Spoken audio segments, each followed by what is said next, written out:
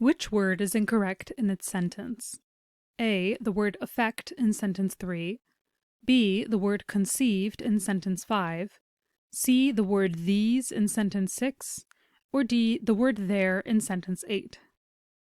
With a question like this one, where we're being asked to select a single word that's incorrect, the first thing we want to do is see if there are any homophones among our choices. As a quick review, homophones refers to two or more words that sound the same when spoken but are written differently and have different meanings, for example, for or whale. And indeed, we can see two homophones in our choices, affect and there. Affect with an A is often confused with affect with an E, the basic difference being with an A, it's a verb, and with an E, it's a noun. Let's take a look at the context it's being used in to see which would be appropriate in this case. Hoping to better understand the effect of radiation exposure from the disaster, a team of scientists at the U.S. National Cancer Institute in Maryland studied 130 children born to 105 mother-father pairs.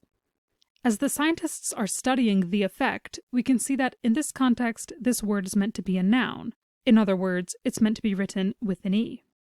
If this were meant to be used as a verb, we would have to shift the word order around and say something like, hoping to understand how radiation exposure can affect survivors, etc. As we can see that this answers our question, this seems to be our answer, but we can take a look at the other homophone just to be sure. D. There. There has three spellings: T-H-E-R-E, meaning a place, T-H-E-I-R, the possessive form of them, and T-H-E-Y'-R-E, a contraction of they are. Let's take a look at the context in which there is being used in sentence 8. Researchers said their findings suggest that exposure to ionizing radiation had minimal impact on the health of the next generation. As we've established, T-H-E-I-R is the possessive form of them.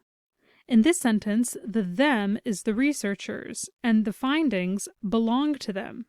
Therefore, there is possessive, and this spelling is correct.